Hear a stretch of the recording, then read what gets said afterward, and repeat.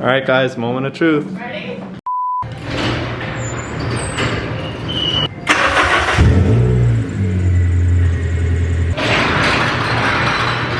What's up, CG family? So we are back together finally. We've been making a lot of videos separate, but we're back. And we are at the new place right now. Today we are finally working on the RSX. We are gonna get straight to it and we're gonna get rid of that squeaking noise that is coming from the Serpentine belt. It's like, it's so annoying. I already, when you were gone, so him and Chris went out to wash their cars and stuff. I opened up the garage and I started the car just so they can like hear it and see what I'm talking about. It's just really annoying. So Chris is right there. Chris is joining us today. Chris is a really good friend of ours. Also a car. You guys might remember Chris. He let us drive his Ferrari 430 and his the C8 Corvette. Yeah. Today he bought the Camaro.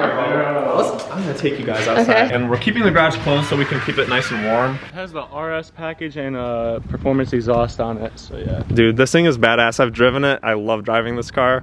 And then obviously we have the Mustang parked outside as well. So we got the whole setup. What's nice about the new place is the garage is really well insulated. So we have the door to the house open, we cranked up the heat, and we have 2 heaters. So we're making it work. Let's talk about the Serpentine belt. You know, it does make a noise and that belt has been replaced before. I did make sure with the previous owner, Steven, but it's just a very squeaky belt. So I got a Continental one. I really wanted a Gatorback one, but I could not find one for this car. Well, I'll show you the belt once I pop the hood, but you can either, what's up? Keep in mind, we've never done this before. Yeah, but it's a pretty simple fix. Straightforward. So I just wanted to explain that all the tutorials I saw on YouTube, people usually take their tire off and they go through that to access the rest of the belt. But what I've came to realize since I've had this front bumper off for since I've had this car, I noticed that you can also access the belt through here. So this is also an easy way if you don't have jack or jack stands and you don't want to take off the wheel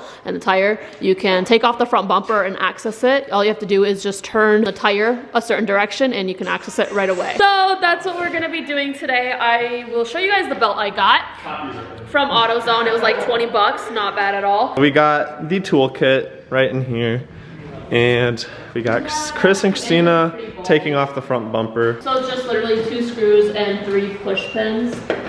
And I'm having a hard time locating it. And just like that, this front bumper comes right off. What are we doing next? We have to unscrew this to access the belt fully, as you guys can see right over here. I don't know if it's a clip. Oh no, it's not even a clip. Okay, so it just comes right off. Cool. And then we just put this aside and then that's how you access the rest of the belt. All right, you guys, so we're basically connecting to the tensioner down there and we're using 2 wrenches to kind of push. So we're gonna go right and I'm gonna try pushing as hard as I can. This is just a 2-man job, period. For real. I'm so confused. Why don't we just, There it is, there it is. why don't we just cut it off? Why don't we? Wait, what are we doing? The rest of the belt is down here, as you guys can see. You don't need to take off your tire for it. You can just pull it off from here, loosen it up, and then go back from the top and yank it. Grant, you want to yank it from the top? And somehow, yay! Wear like a champ. All right, guys, little update. So I just had Grant turn the wheels the other way, all the way to the right, because I needed to access the belt a little bit better. And as you guys can see from, I guess, how much you can see, that we have to realign this belt across all the different bearings over here. And it's a little hard to access it still. All right, guys, so Grant is trying to get the belt through one of the pulleys, bearings, whatever you'd like to call it. Screw. And basically, I feel like I explained it a little bad, but you could see up here the difference between the smooth pulley and the one that has the teeth in it. And basically, you have to find the best obstacle of where the belt can go through, that all of the bearings that have the teeth on it, that's where the rigid part of the belt would sit. And then all of the bearings that are smooth and have no teeth, that's where the back of the belt is going to be. So you just have to find the best obstacle where it feeds all of them correctly. I hope that makes sense. We have the wrench connected to the tensioner down beneath and we're gonna push the tensioner and she's gonna try and lift it up onto the pulley. 14 mil wrench. 14 millimeters, so here we go. I'm gonna go in front of you here. I'm just scared I'm gonna pinch my skin. I did the strongman job, guys. Look at me hold it. Is it gonna break? No. When she pulled the tensioner, it took us like all 3 of us pushing on this, trying to get the belt over the pulley. All right, guys, moment of truth. Yeah, garage is opening up, and we're about to see if it still makes a squeaking noise. We all got it through. I'm scared. Look at these cars, though. All right, guys, moment of truth. Ready?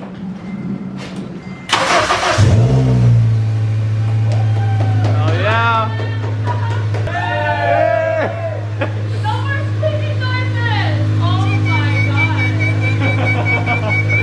What's up, guys? So right now I just connected my blue driver onto the RSX. I'm clearing up the codes fully just to see. This is what me and Grant kind of talked about. What, the DTC codes? Yeah, just check engine lights? Just to see what's gonna actually pop up, because a lot of things have been fixed on this RSX that I don't know about apparently, so they just didn't clear the codes on them.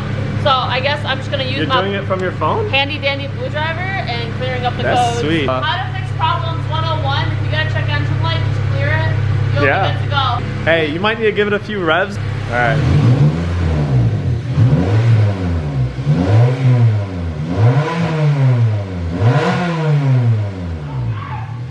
We got the car running right. So happy.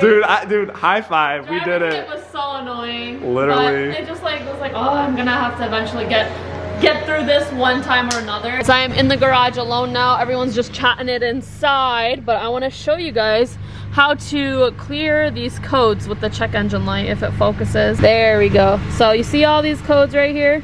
I'm just gonna clear them. Clear trouble codes. Yes. Clearing. Oh, okay, so it says it appears that your vehicle does not allow the codes to be cleared while the engine is running. Please put the ignition key to key on and engine off. So there we go. Y'all really thought I was gonna end off this video with just the Serpentine belt? Come on. No, we actually have more to do in this video. You probably just made it through like the first half, and if you made it through the first half, shout out to you guys, because this is gonna be quite exciting. I have one, a lot to unbox. Two, I just reached 100K on Instagram. So thank you guys so much for everyone who follows me and keeps up with me on like the other platforms. I really appreciate it. In honor of reaching 100K on Instagram, I decided to treat myself and buy something on Amazon, and that is a ring light. Oh my gosh, this is way too bright. Oh, see, it's adjusting now. As you guys can see right over here, it has a full length tripod and it has a phone mount and camera mount. And then we can also adjust the tone of the light, so you can have it very warm, very cool tone. So I'm super excited. Now our videos are gonna be a lot better, and my pictures are gonna be a lot better, and my TikToks are gonna be a lot better. So yeah, this is kind of just like a treat. So I'm super excited. But before we get started, it's currently 2:17 p.m. and I still haven't had breakfast. So I'm gonna make breakfast real quick. We are flipping the egg. I decided not to go with scrambled eggs. Now for the toast. Now we're doing dishes, and I will check back with you guys once I'm done. Let's cut to the chase on what we're doing to the RSX today, since the Serpentine belt was another day, but it's still in this video. It's a pretty simple addition, but it's gonna make all the difference in the world that I need it to make, and it's a remote. It's a key remote for the Acura RSX. Now, when I first purchased the car, it did not come with a keyless entry, so I just bought this on Amazon. It was like under 25 bucks, and it is meant for my car. So all we have to do is program it. We are outside in the freezing cold. Just to give you guys an idea, it's literally 16 degrees. And we're about to make a quick TikTok and also film this for YouTube on programming the remote. So it's pretty simple. All you have to do is literally go online. I got this on Amazon. This isn't like a paid promotion or anything, because I really needed this, because I hate unlocking and locking the door with literally just the key itself, because I never had this.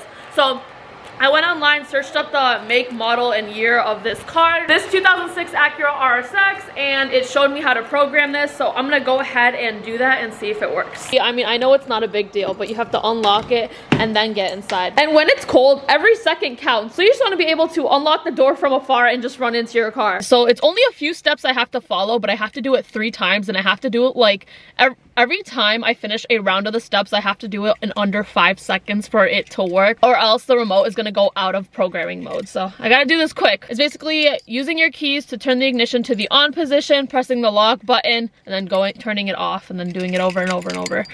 Let me confirm that with the online thing that I saw. So it says, yeah, turn ignition on, and then press the lock, and then turn it off, and repeat it 3 times. Oh. Of course.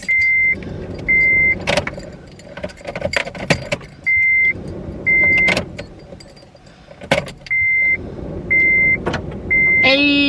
It worked! Nice. That was so simple. Know, we got it in so our cool. first try. Dude. Tanya is skills. locked, so I'm gonna show you guys my skills. I like Give me a second. Give me a second or two. Ready? Where is it? Where's the key fob? Oh, great. Already moving. Literally. Hello. There you go. Thank you. Yeah!